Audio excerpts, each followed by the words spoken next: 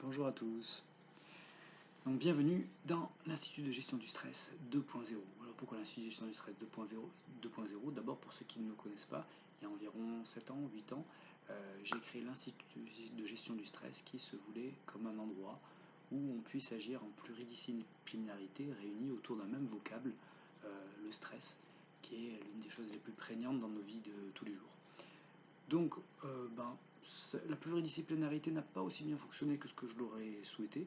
Par contre, ça a bien fonctionné aussi bien d'un point de vue donc, du plan psychologie, neuropsychologie, et de tout ce qui concerne la sophrologie, la psychogénéalogie, j'en passe, oui, il y avait tout ce qui est massage, réflexologie plantaire, et tout ce qui est ma partie, donc la partie psychomotrice et la partie yoga en particulier. Simplement, il s'est passé ce qui s'est passé, donc il y a eu des événements sanitaires qui ont fait qu'on a dû fermer parce qu'on ne pouvait plus faire les choses en physique pour des raisons sanitaires. Et donc, l'idée était de créer un endroit qui ne serait plus menacé, puisqu'il serait virtuel, il ne serait absolument plus menacé par des événements sanitaires tels qu'ils ont pu être produits. Alors, je vais essayer de résumer un tout petit peu. Imaginez un lieu où vous pouvez aller tout le temps pour demander des conseils, même en urgence, même la nuit, pour vous venir en aide afin de vivre mieux votre stress, apprendre à le gérer, ou encore mieux, s'en débarrasser. Imaginez que vous ayez un accès illimité et intemporel à ce lieu, puisque c'est sur Internet. Ce lieu, c'est l'Institut de gestion du stress 2.2, version 2.0. Ce lieu, il n'est plus dépendant d'un lieu physique puisqu'il est virtuel. Et de ce fait, il est accessible à tous, tout le temps, 24 heures sur 24. Il n'est plus dépendant des contraintes matérielles non plus.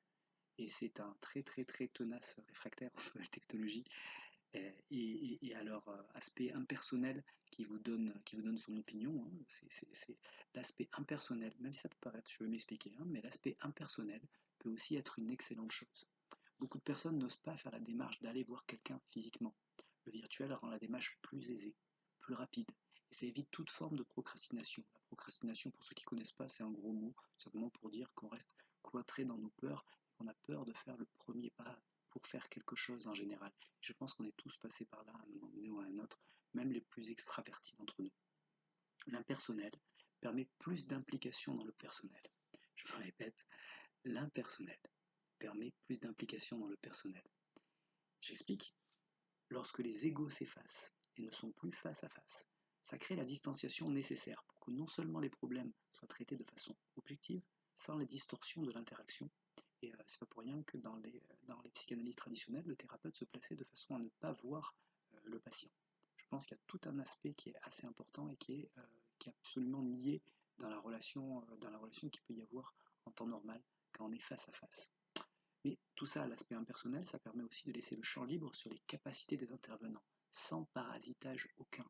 Et là, c'est assez étonnant ce que j'ai pu ressentir lorsque j'ai fait ces premiers cours par Skype notamment, ou non que par Skype d'ailleurs, je crois que j'ai fait dans un premier temps, et c'était très intéressant parce que du coup, je fermais les yeux et je livrais totalement. Il y avait une sorte de, de, de don de tout ce que je pouvais transmettre à ce moment-là, une transmission qui n'était absolument pas parasitée par d'aucune manière que ce soit, parce que j'étais les yeux fermés, parce qu'il était complètement intériorisé, et sans faire cas de ce qui pouvait se passer dans un cours normal où j'essaie de corriger les individus et où j'essaye de faire en sorte qu'ils fassent les postures au mieux.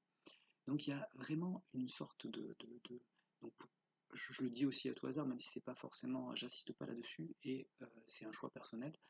Pour celles et ceux qui sont versés dans les ressentis énergétiques, vous savez peut-être qui peuvent être très fluctuants selon les situations, les ressentis énergétiques, et être dans un endroit sécuritaire, chez vous, chez moi, permet de rendre encore plus fortes certaines séances et donc certains ressentis.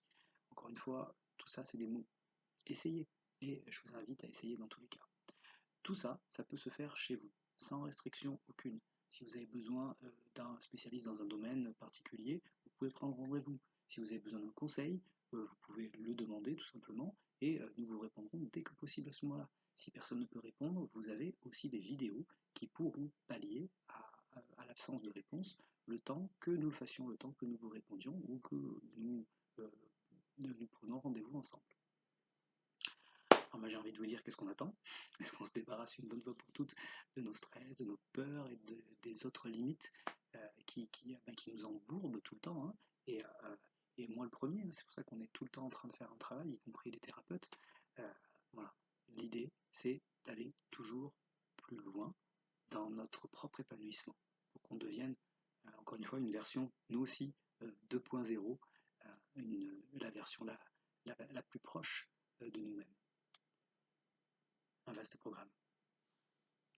À tout de suite.